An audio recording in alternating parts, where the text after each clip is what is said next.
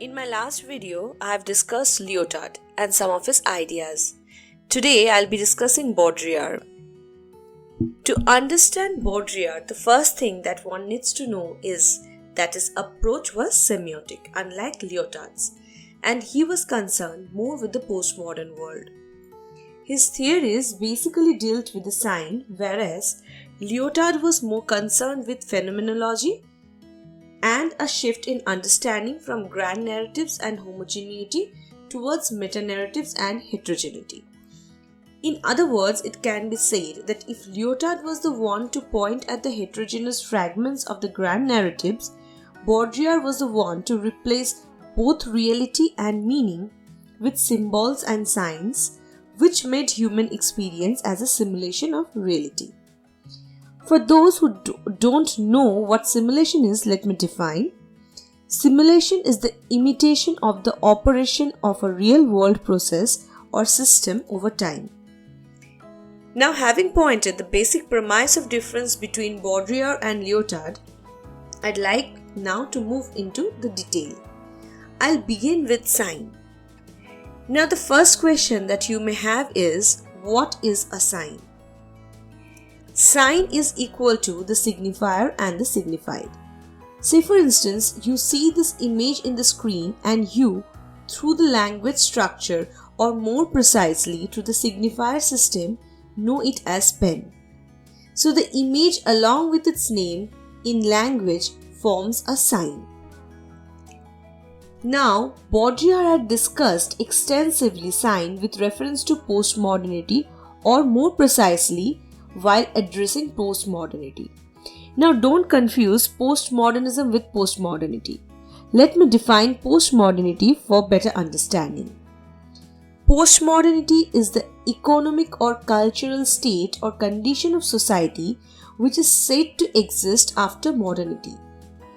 To clarify further, say for instance, digitality, meaning the digital culture, is one constituent element of postmodernity. Now, with reference to the postmodern age, Baudrillard puts two important theses building on sign. The first is political economy of sign and the second is implosion. To begin with the political economy of sign, what first you need to know is what is political economy. The Wikipedia definition of political economy reads something like this. Political economy is the study of production and trade and their relations with law, custom and government. So, from this it can be deduced that political economy of sign will connect sign with production and trade, which again means that production and trade will have to it added sign, which is definitely not a model coming out of the classical economics.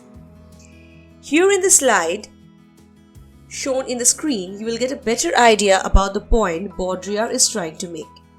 Through his thesis, which is basically a thesis on consumerism, Baudrillard is presenting his critique of Marxist thesis on use value. Baudrillard speaks of transformation and modifications of signs on account of multifarious interactions and traces the journey from functional object to sign value. Let's take the example that you can see in the screen where we see the value making process of a pen. In case of functional value, the pen is a tool of writing and this defines its value or worth. Thus, use value refers to a product's utility in satisfying needs and wants as afforded by its material properties. Now, what is exchange value? Exchange value is the proportion in which one commodity is exchanged for other commodities. Say for instance, a Parker pen costing ₹40 is equal to say 10 pencils, or say a flat screen television is equal to the half of a teacher's salary. So these are all exchange values of the pen. Now, for Karl Marx, the value of a commodity consists of these two aspects, the use value or functional value and the exchange value. To this, Baudrillard introduces two more value concepts, the symbolic value and the sign value. Symbolic value signifies the immaterial value attributed to an object or an idea and communicates its symbolic meaning. As for instance, the pen as a graduation gift has to it attached symbolic value. In our normal everyday life also, like we prefer presenting someone who have passed his or her HS or graduation with a good set of pen, right? Or take for instance another example, a stick of red rose has to it a symbolic value attached and hence becomes pricey and also the one of the most desired gift during Valentine's Day. Thus, I believe we too agree with Baudrillard regarding the importance of symbolic value. Now, before I speak about sign value, I'd want you all to have a nice look at the pen in the screen. This is a pen created by Canadian jewelry designer Anita Maytan, which goes under the name Heaven Gold Pen. The price is just $1 million. Now imagine a person having this clip to his shirt's pocket. What will be your impression like? Mr. Rich. So this is the agenda of Mr. Baudrillard around sign value. He claims that commodities are not merely to be characterized by use value and exchange value as in Marx's theory of commodity, but sign value, the expression and mark of style, prestige, luxury, power and so on, becomes an increasingly important part of the commodity and consumption. If you think deeply, you will see that Baudrillard is pointing at a shift from subject to sign. The sign, that is, say for instance, a Zara bag or the Heaven Gold pen, is defining the subject and not the other way around. Baudrillard's theorization on sign reaches its height with implosion. Implosion implies collapse of the demarcation between images or simulation and reality, leading to a disappearance of the experience of the real world. In the screen through the image, I have tried explaining the same. In the screen you can see an orange, the real one, and a bottle of Fanta. The bottle has nothing to do with the orange, for it has no fruit content in its ingredient list. It has a smell or flavor chemically produced of orange, but in the bottle there's written orange.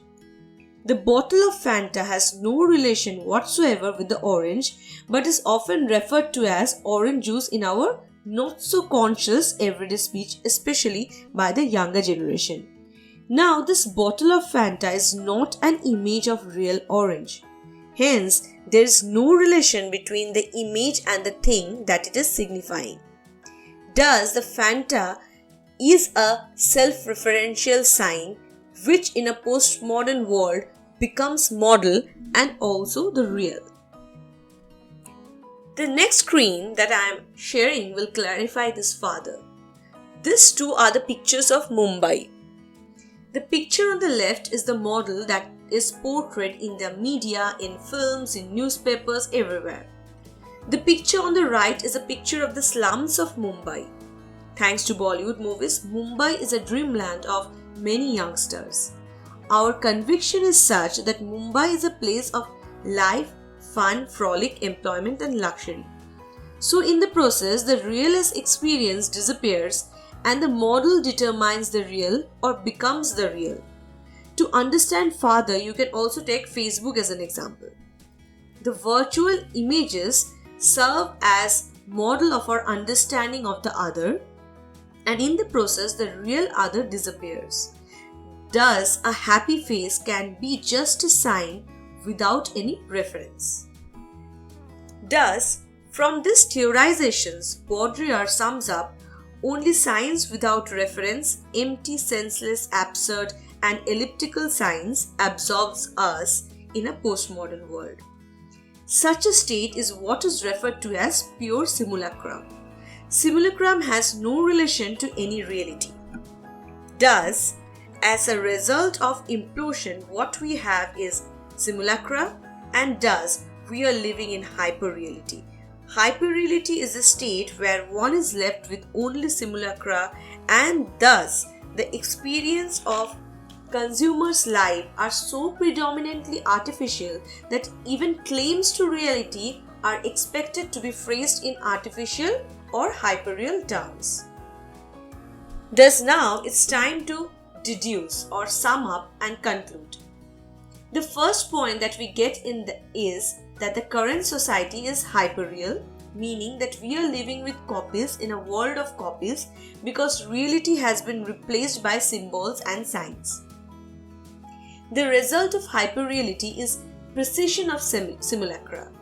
From the preceding discussion, we see that signification and symbolism of culture and media construct perceived reality, and through this acquired understanding, our lives and shared existence is and are rendered legible.